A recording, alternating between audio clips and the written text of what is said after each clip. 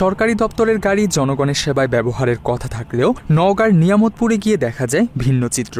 ছুটির দিনে কয়েকটি সরকারি গাড়ি দাঁড়িয়ে থাকতে দেখা যায় সেখানকার এক দিঘির পাশে। মাছ ধরতে গিয়েছিলেন প্রশাসনের বিভিন্ন পর্যায়ের দায়িত্বশীল কর্মকর্তারা। গত 23 আগস্ট দুপুরে নিয়ামতপুর উপজেলার অন্তর্গত বাহাদুরপুর ইউনিয়নের অঘর গ্রামে এমন দৃশ্য চোখে পড়ে। দিঘিটির রিজ নিয়েছিলেন রাসেল নামে স্থানীয় এক ব্যক্তি। 20,000 টাকা ফি দিয়ে দুদিনের জন্য বড়শি দিয়ে মাছ শিকারের সুযোগ মিলে সেখানে, কিন্তু কোনো ফি না দিয়েই কয়েকজন সরকারি কর্মকর্তা মাছ ধরতে যান বলে অভিযোগ ওঠে। এছাড়া বন্ধুর দাওয়াতে পাশের জেলা চাঁপাইনবাবগঞ্জ থেকেও সরকারি গাড়ি নিয়ে আসেন এক কর্মকর্তা। সরকারি গাড়ি নিয়ে মাছ ধরতে যাওয়া কর্মকর্তাদের মধ্যে ছিলেন নিয়ামতপুর উপজেলা সহকারী কমিশনার রেজাউল করিম, উপজেলা কৃষি কর্মকর্তা রফিকুল ইসলাম, উপজেলা প্রকল্প বাস্তবায়ন কর্মকর্তা এনামুল হক, পত্নীতলা উপজেলার সহকারী কমিশনার জুয়েল মিয়া এবং চাঁপাইনবাবগঞ্জের নাচল উপজেলা সহকারী কমিশনার সুলতানা রাজিয়া। এই বিষয়ে জানতে চাইলে নিয়ামতপুর উপজেলা সহকারী কমিশনার রেজাউল করিম বাংলা এডিশনকে জানান, এটি সরকারি দিঘি, তাই তারা মাছ ধরতে গিয়েছিলেন। এছাড়া সরাসরি এসে সাক্ষাতের প্রস্তাবও দেন তিনি। অন ডিউটিতে আপনারা সরকারি গাড়ি নিয়ে আপনারা আবার ব্যক্তিগত আমাদের মাছ ধরতেছেন, এই বিষয়টা কিভাবে দেখছেন? আসলে এটা কি উচিত নাকি?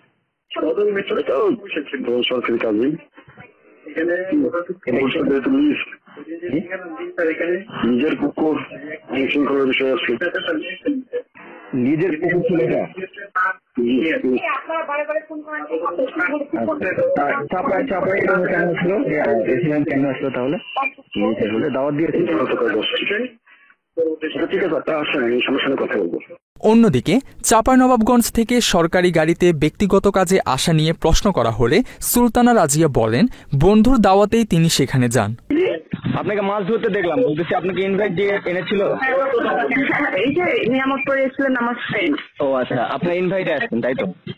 জি জি জি। আচ্ছা, আপনি সরকারি গাড়ি ব্যবহার করে আপনি নাচল থেকে এখানে আসলেন, এটা সরকারের অবচয় না? নিয়ে আসা হয়েছে। মাত্র 30% টাকায় জমির মালিক হয়ে নতুন বাংলাদেশের গড়ে তোলার স্বপ্ন দেখা বাংলা বসতি।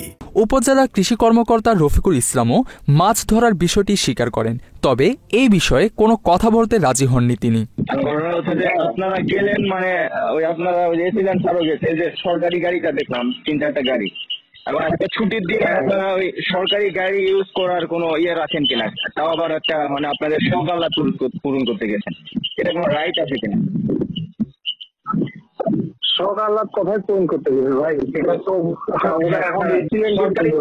সরকারি পুকুর, ঠিক আছে, ওটা তো লিজ দিয়েছেন, এখন তো আপনাদের নাই, ওটা তো সে একজন মাছ ছেড়ে দিয়েছে, তার লাভের জন্য দিয়েছে, আপনারা বিনা টিকিটে গিয়েছেন, তারপরে মাছ ধরতেছিলেন। তো এই বিষয়টা আবার সরকারি গাড়িতে চড়ে গিয়েছেন আপনারা, তো বিষয়টা কি আপনার দৃষ্টিতে কি ঠিক হয়েছে নাকি কারো অনুমতি নিয়েছিলেন? না, এটা আমরা গেছি এমনিতে, আপনি এভিডেন্সের সাথে কথা বলেন, তখন বুঝতে পারবেন আর কি। দিঘিটি রিজ নেয়া রাসেল বাংলা এডিশনকে জানান, মাছ শিকারের ফি বাবদ দুদিনে 20,000 টাকা করে নেয়ার বিধান থাকলেও প্রশাসনিক কর্মকর্তারা তা পরিশোধ করেননি। নাকি কয়দিন চলবে? আজকে শেষ। ও আজকে শেষ। কয়দিন ধরে চললো ভাইয়া? ও কত করে নিলেন? জি ভাই, কত করে টিকিট ভাইয়া এগুলা? 20,000 কথা হয়েছিল, আজকে মাছ আমরা 13,000 টাকা। ও 13,000 টাকা 2 দিন নাকি? ও আচ্ছা আচ্ছা। আচ্ছা ভাই, আপনার পুকুরে ওই যে দেখলাম, সরি এসিল্যান্ড দেখলাম না, ও আচ্ছা আচ্ছা, ওনারাও কি কিনে নিছে নাকি? না না। ও ওরা এমনিতে মাছ ধরতেছে নাকি? হ্যাঁ হ্যাঁ। ও কিছু বললেন না যে এমনিতে মাছ ধরতেছে? না ভাই। ও এটা কোনো সরকারি প্রকল্প তো না তাই না? আপনার নিজস্ব মনে হয়? হ্যাঁ। আপনার নিজস্ব না ভাই?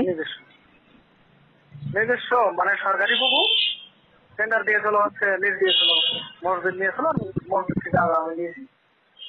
বিশ্লেষকদের মতে সরকারি সম্পদ এভাবে ব্যক্তিগত বিনোদনে ব্যবহার করা শুধু অনিয়মই নয়, সরাসরি সরকারি নিয়ম ও আইনের লঙ্ঘন। এতে সরকারের ভাবমূর্তি ক্ষতিগ্রস্ত হয় এবং জনগণের মধ্যে নেতিবাচক বার্তা ছড়িয়ে পড়ে।